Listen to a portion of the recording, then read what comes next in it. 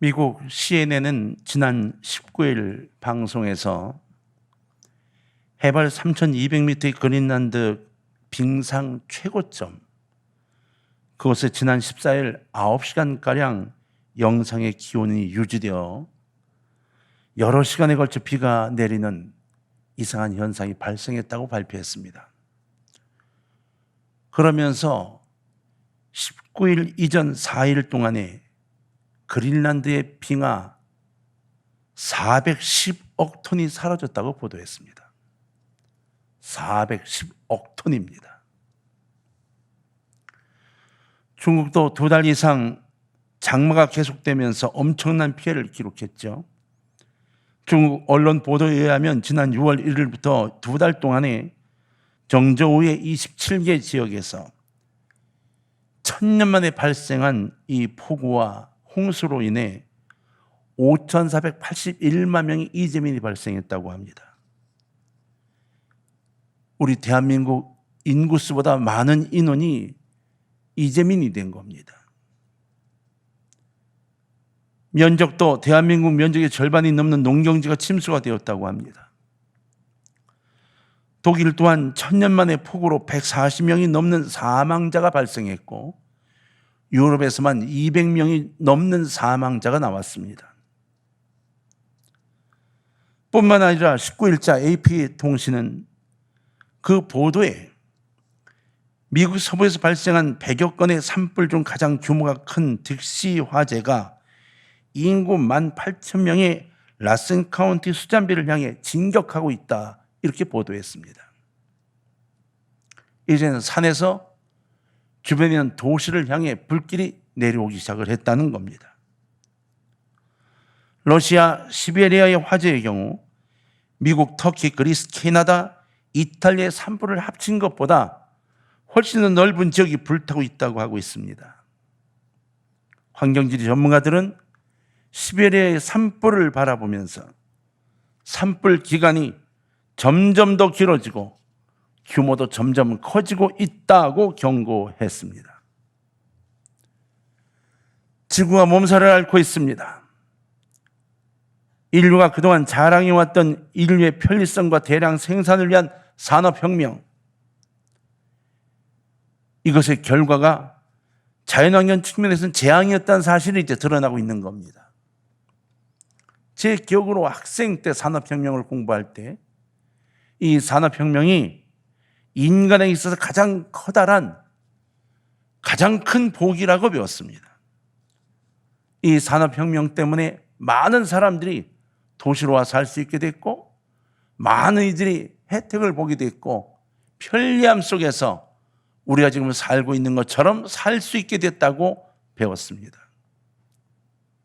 그런데 그렇게 편리를 주었던 산업혁명, 이 산업혁명은 과학과 기술을 이용하여 자연을 지배하고 그리고 인류 목적에 봉사하게 하는 데 기초를 두고 있죠.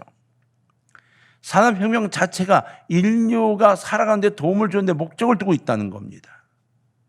그런데 산업혁명 이후 사람들은 개발에 최선을 다하면서 땅속과 물속의 자원이 무한하다는 잘못된 생각으로 마구 끄집어내 쓰기 시작을 했습니다. 그리고 사용하는 방법이 어느 것이 옳은지를 따지기 전 일단 우리에게 필요하다고 생각되는 대로 그것들을 사용했죠. 그리고 폐기물을 아무데나 버렸습니다. 그 결과 오늘날 자연의 균형이 깨지면서 자연은 아름답고 신선한 공기를 제공하는 대신 독을 뿜어내기 시작했습니다. 이제 인류에게 공포가 되는 해로운 영향을 끼치게 되었다는 것을 의미합니다. 결국 자연이 사람의 생존을 위협하게 되었다는 이 보고가 가득 찬 시대를 우리는 맞고 있는 겁니다. 누가 이렇게 만들었을까요? 누가요? 하나님은 세상을 창조하셨습니다. 그리고 이 세상의 지배를 인간에게 맡기셨어요.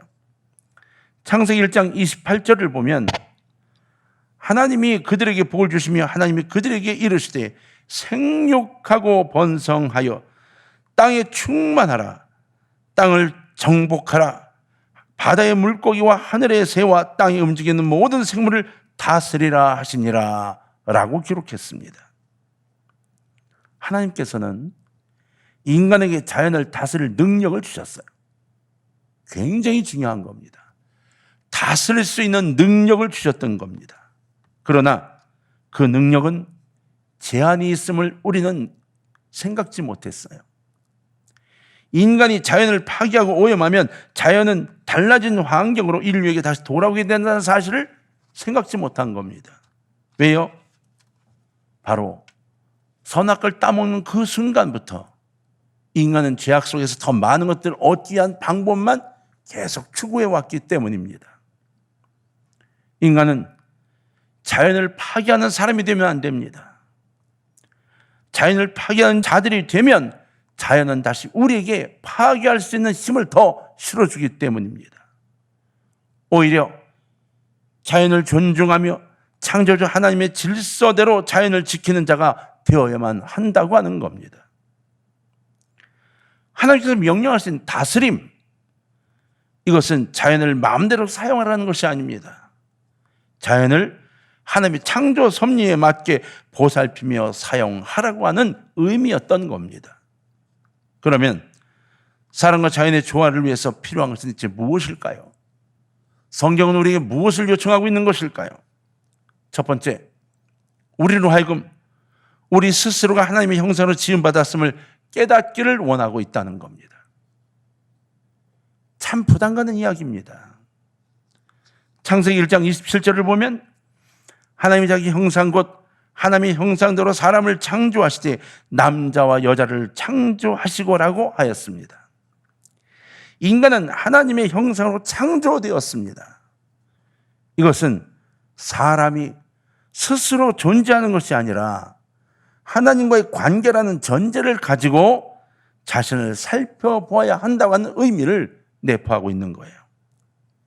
그러나 아담은 그러한 전제 속에 자신을 내려놓은 것이 아니고 선악과를 따먹고 하나님처럼 되려고 했던 사실을 우린 기억합니다. 사단이 하와에게 던진 이야기가 길지 않았습니다. 단 몇 마디의 하와는 선악과를 받아 먹었습니다. 왜요?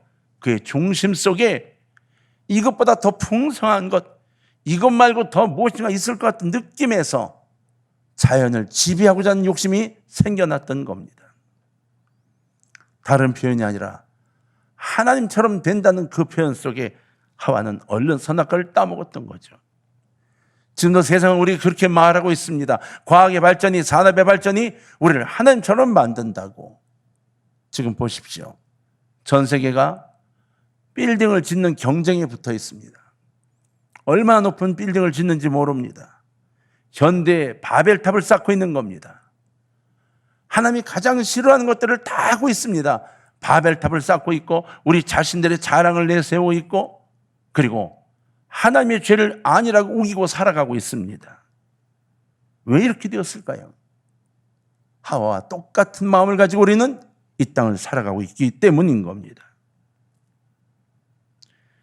이 반항, 선악과를 따먹었던 이 반항은 온 인류를 죄악에 빠지게 하였으며 죄악의 시작을 가져다 주었던 겁니다. 그리고 인류는 자신들의 욕심을 위해 하나님이 주신 자연 환경을 파괴하면서 생태계 위기를 만들어 오게 됐던 거죠. 하나님께서 하나님의 형상으로 창조하신 귀한 뜻을 인간들이 던져버렸다는 것입니다. 더 많은 욕심 때문에 이걸 던져버리게 되었다는 것입니다. 하나님은 천지를 창조하시며 매일 창조가 끝날 때마다 창조된 것을 보시고 보시기에 좋았더라 이렇게 말씀하셨어요. 여러분, 자신의 형상으로 창조된 인간의 창조를 보시고 보시기에 좋았더라 이렇게 인간만을 보고 말씀하신 게 아닙니다. 우리가 분명히 알아야 할 것은 우리 인간을 바라보며 보시기에 좋았다고 말씀하신 것이 아니라 하나님이 창조하신 모든 것들을 바라보시며 보시기에 좋았다고 말씀하셨다는 거예요. 이것은 창조된 모든 피조물이 각자 자신들의 존재의 의미와 가치를 갖고 있음을 말씀하신 것입니다. 새 한 마리도, 매미나 잠자리 한 마리도 우연히 생긴 것이 절대로 아니라는 거예요. 모두 있을 곳이 있고 있는 곳이 있고 창조 질서의 기능과 역할을 다 하고 있다는 겁니다. 어릴 때 지렁이를 보면 무조건 밟아 죽였습니다. 징그럽다고 막 지렁이를 밟았습니다. 나이가 들고 나니까 그 지렁이가 얼마나 귀한지를 알겠습니다. 그 지렁이가 흙을 옥토로 만든다는 걸 알게 됐죠. 오죽하면 여러분, 저희 교회 화단이 정말 이 파석으로 꽉 차 있는 쓸모없는 땅이었습니다. 나무가 자라지 못하고 하다못해 1년 쳐도 뿌리를 냈다가 그냥 말라버렸습니다. 그때 저희에게 제공했던 가장 좋은 방법을 설명했던 것이 지렁이입니다. 대구에 어디 가면 지렁이를 파는데 그 지렁이를 10만 원어치만 사다가 풀어놓으면, 그리고 때때로 물을 한 번씩 주면 지렁이가 살아나면서 1년만 지나면 흙이 그렇게 옥토가 된다는 겁니다. 지렁이, 그렇게 싫어했던 지렁이가 이뻐 보이기 시작한 겁니다. 지렁이를 사다 붙진 않았지만, 그리고 얼마가 지난 후에 비가 온 후 지렁이 한 마리 한 마리 발견되는 게 얼마나 고마웠는지 모릅니다. 지금은 교회 땅이 굉장히 많이 좋아졌습니다. 지렁이가 살고 간혹 지렁이가 밖에 나와서 나 여기 있지 인사도 합니다. 모든 역할이 분명히 정해져 있습니다. 언젠가 한번 기도하다가 문득 이런 생각이 들었어요. 주님, 창조물 하나하나가 다 제 역할을 하는데 인간만 쓸모없는 짓을 하고 살아가네요. 이런 기도를 한 적이 있습니다. 우리가 다스리라는 명령을 받고 이 땅에 존재하게 됐지만 다스리지 않고 지배하려고 애쓰면서 인간만이 하나님 뜻을 어긋내고 살아가고 있는 것 같은 느낌이 들었던 거예요. 때가 되면 매미는 여전히 울어댑니다. 새들은 벌레를 먹으며 벌레는 또 이렇게 저렇게 갉아먹으며 서로를 위해 살아가듯이 보입니다. 사람만이 자신을 위해 모든 걸 패망으로 이끌어가고 있는 느낌을 갖게 됐어요. 여러분, 들에 자라는 풀 한 포기도 창조주 하나님의 뜻에 의해 존재한다는 사실 우리는 알아야 합니다. 그러므로 사람뿐 아니라 모든 피조물도 존재의 가치가 있음을 우리는 서로 알아야 하고 인정해야 합니다. 다시 말하면 동물이 인간의 먹거리로만 존재하는 것이 아니라는 사실을 알아야 된다는 거예요. 우리는 먹거리로 동물이 존재하고 그들을 우리 먹거리로만 보이는 것이 아니라야 한다는 겁니다. 인간이 하나님의 형상을 가졌다는 것은 인간이 하나님의 대리인이라는 뜻이에요. 고대 근동 세계에서 하나님의 형상은 사람 누구에나 주어지는 그런 표현이 아니었습니다. 고대 근동에서는 하나님의 형상을 닮았다는 표현은 왕에게만 주어진 표현이었어요. 그런데 성경에서 하나님이 직접 하나님의 형상에 따라 우리를 지었다고 말씀하셨습니다. 무슨 의미인지 아시겠습니까? 인간이 자연을 잘 관리하고 왕같이 창조 질서를 보존할 책임이 있다는 사실을 우리에게 준 것입니다. 인간은 자연을 관리하고 보호하라는 하나님의 명령을 저버렸습니다. 자신의 이익을 추구하며 자연을 파괴하면서도 전혀 죄책을 느끼지 않았습니다. 그리고 이제는 생태계를 위기까지 몰고 왔습니다. 우리는 하나님의 형상 그것만이 아니라 우리에게 주어진 화해의 직분에 대해서도 찾아보고 기억을 해야 합니다. 예수님을 그리스도로 믿음으로 새로운 피조물이 된 그리스도인에게는 화해의 직분이 있다고 말씀하셨습니다. 사도 바울도 고린도후서 5장 18절로 19절에서 모든 것이 하나님께로서 났으니 그가 그리스도로 말미암아 우리를 자기와 화목하게 하시고 또 우리에게 화목하게 하는 직분을 주셨으니 곧 하나님께서 그리스도 안에 계시사 세상을 자기와 화목하게 하시며 그들의 죄를 그들에게 돌리지 아니하시고 화목하게 하는 말씀을 우리에게 부탁하셨느니라 했습니다. 우리로 하여금 모든 것의 화목을 위한 도구로 사용되게 하셨다는 거예요. 맞습니다. 여러분, 구원의 확신이 있으신가요? 그럼 여러분의 제가 있는 곳은 화목해야 합니다. 내가 있는 곳에는 화목의 역사가 있어야 하는 겁니다. 불편하고 힘들어지는 게 아니라 내가 있으므로 화목해져야 한다는 거예요. 세상은 아담과 하와의 범죄와 함께 타락하기 시작했습니다. 그러나 그리스도의 십자가 사건 이후로 인간은 새로운 직분이 생겼습니다. 인류는 자연에 대해 착취와 파괴의 관계가 아니라 협력과 조화의 새 시대를 진입하게 만드는 직분을 갖게 된 겁니다. 선지자 이사야는 오늘 본문 속에서 그리고 35장에서 사랑과 동물 사이의 평화를 노래하고 있습니다. 그러면서 사랑과 자연 사이의 아름다운 생활을 정말 아름답게 묘사했습니다. 이사야 35장 6절로 7절을 한번 보면 이사야는 이렇게 기록했습니다. 그때 저는 자는 사슴같이 뛸 것이며 말 못하는 자의 혀는 노래하리니 이는 광야에서 물이 솟겠고 사막에서 시내가 흐를 것임이라. 뜨거운 사막이 변하여 못이 될 것이며 메마른 땅이 변하여 원천이 될 것이며 승냥이에 눕던 곳에 풀과 갈대와 푸들이 날 것이며 이렇게 기록했어요.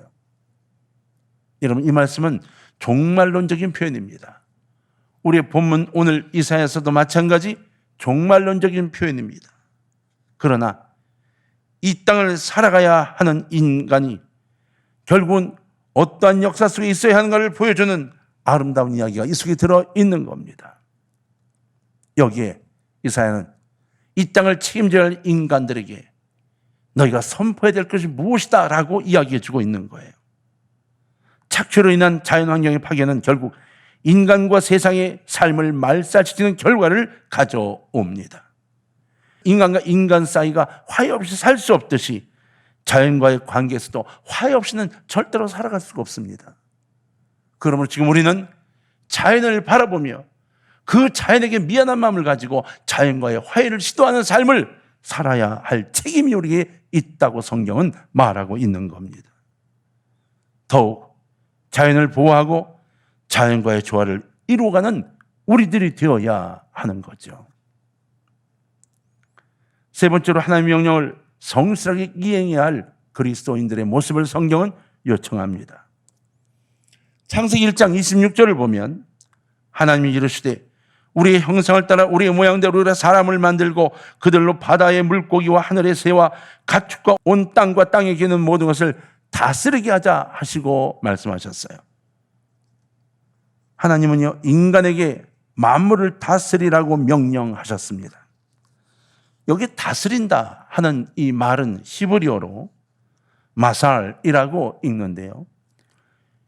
이 뜻은 양을 푸른 초장으로 인도하는 선한 목자같이 백성들을 안전하게 살피고 보호하는 것을 의미하는 단어입니다. 그래서 성경에 다스린다는 의미는 생물을 생포하고 학대하고 살해하라는 말이 아니라 우리의 먹거리로 만들라는 이야기가 아니라 잘 관리하고 보살피라는 뜻을 갖고 있는 거예요. 하나님이 창조하신 백성들이 하나님이 창조하신 생물들을 바라보면서 함께 화해하고 그들을 보살피라고 명령하신 거예요. 아담의 지속적으로 보존되는 것이 하나님의 뜻이었다고 성경은 말하고 있는 겁니다. 노아를 볼까요? 노아는 하나님의 명령대로 모든 생물들을 잘 다스린 사람입니다. 노아는 홍수의 위기에 직면했을 때 방주를 만들어서 생물들의 생명을 구하고 생명을 보존하였습니다. 동물의 다스림은 인간의 마음대로 다스리는 것이 아니라 하나님의 율법을 따라 다스려야 합니다. 율법에 의하면 안식일에 사람뿐 아니라 동물도 쉼을 얻도록 하였습니다. 노아 홍수 전까지 인간은 식물로 채소만 먹었죠.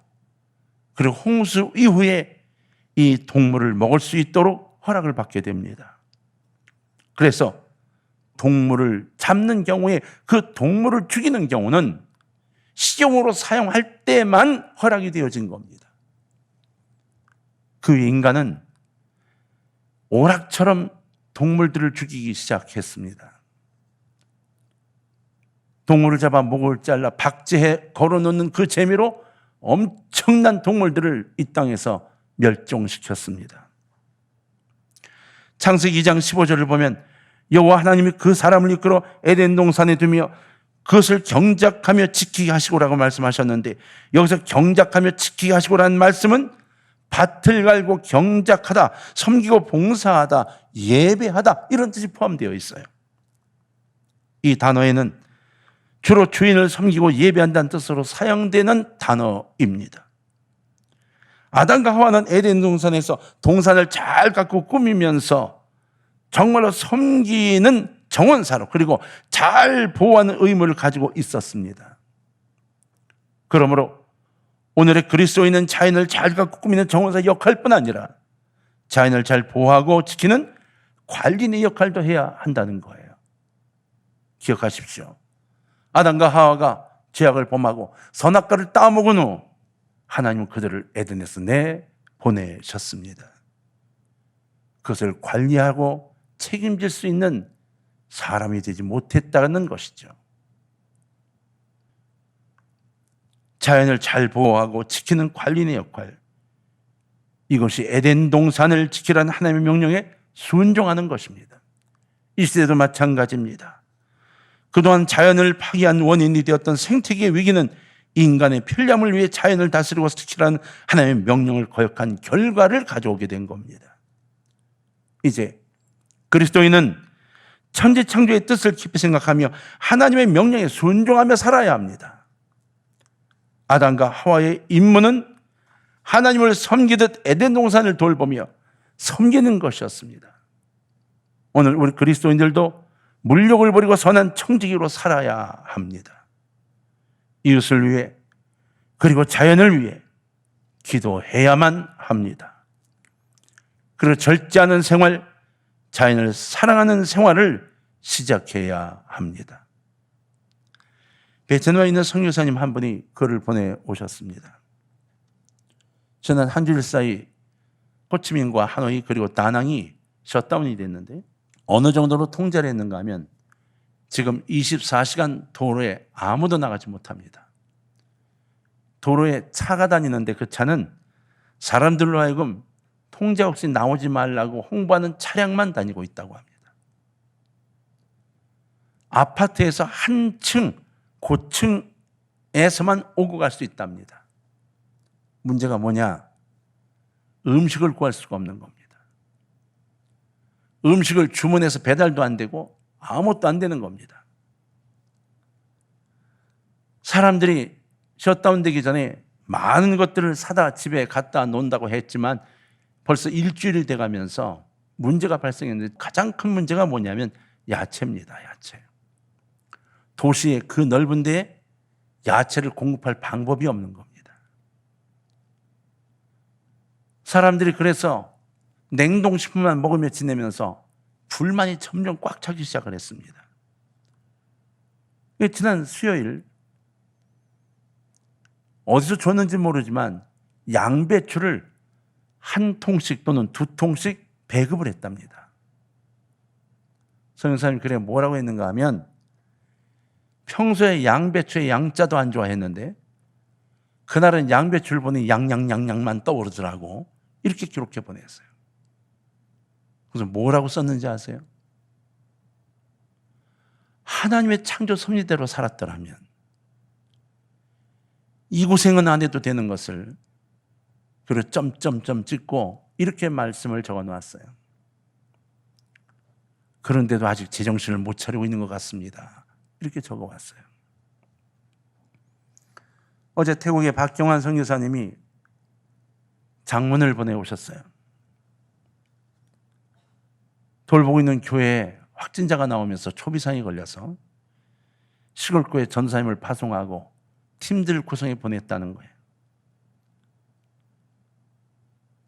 약도 모자라고 산소 발생기도 모자라고 다 모자라는데 기도를 부탁한다고 보내오셨어요. 전 세계가 들끓고 야단인데 당장 우리는 눈앞의 것만 계속 바라보고 있어요. 코로나에서 이겨야 한다고, 싸워서 이겨내야 한다고.